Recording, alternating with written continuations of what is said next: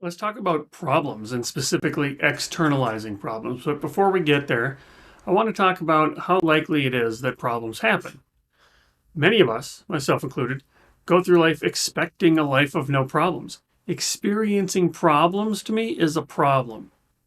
And so I go around with this view that there should be no problems, or my hope is that if there's a problem, it's going to be just some chance, some fraction of a percentage chance.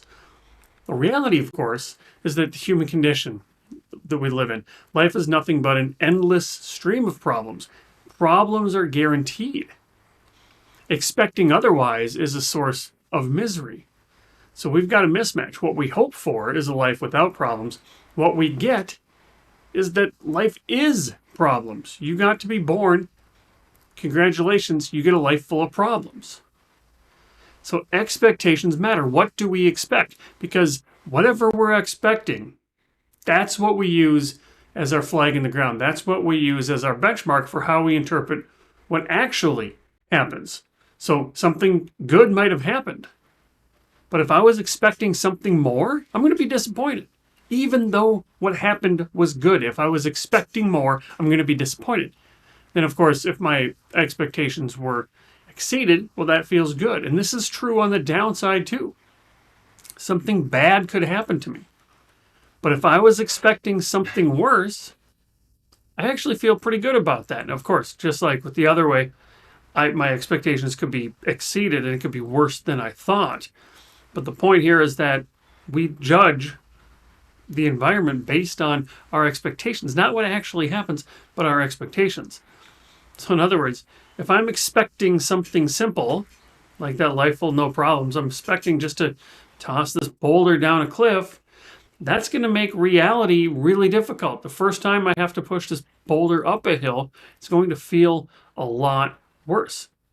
So changing our expectations to one where we expect problems can really shift our perspective on how we deal with them and relate to them. It's also helpful to think about, what do we actually have control over? So a lot of things will happen, both good and bad. They just happen. But only a subset of those are things that we can control. And we can control things like what we pay attention to. We can control our beliefs or how we interpret situations. We can control our choices and our actions. But that's about it. Even something that has happened that maybe was a result of something I did, in other words, it was my fault, that's now in the past and I still can't change it. So getting really clear about what can we control can be helpful. And we could go even a step further and say that most things don't matter. That's just a subset of things you can control or things that matter. So not everything you can control matters. But if you think through what can you control your interpretation of the situation. You control your expectations, and that opens up the door for framing or reframing. And reframing looks like this. Here's one example. Think of all the things that you have to do today. You have to pick up your kids. You have to go to work, and so on. What if you just subtly put a different frame around that and said, I get to go to work. I get to pick up my kids. It's just a subtle reframe. What if you said, I didn't win, or it didn't work out, I couldn't do it? Instead said, I learned X, Y, and Z. I learned something from that. I learned ways that didn't work. Now, back to our expectations. If I frame something as a problem, this is a problem that got in my way of my perfect life, that's going to hit me one way and that's going to shape my reality. But if I view that as a challenge, that's going to be different. That's going to hit me quite differently. So if I view this as a problem to be dealt with that got in the way of my perfect, happy life, that's one way. If I say, oh, here's a new challenge that opened up to me, that's a more productive reframe.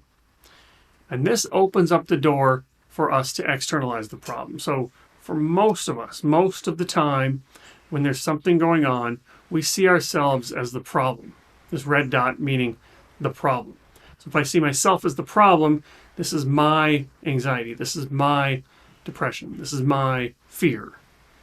This is whatever problem is in my way. This is something that I've internalized and I've identified. with this problem. So externalizing the problem is to take the problem out of myself, trying to make it a new entity, so to speak. Right? Externalize the problem.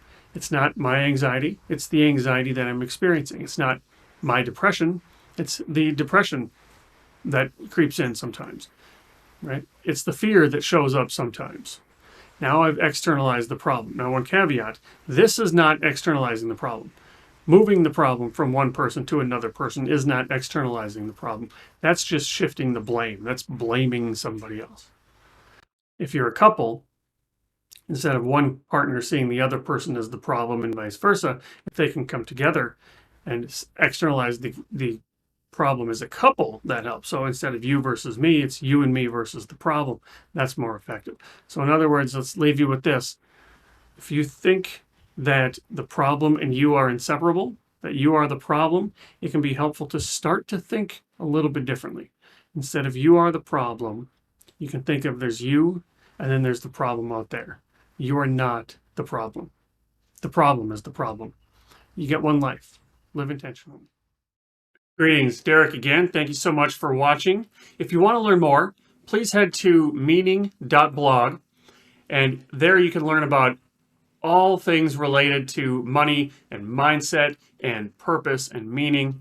And you'll be able to find out how we might be able to work together. You'll find more articles. You'll find links to videos. You'll find online courses, all kinds of things to get you going on your journey towards living more intentionally.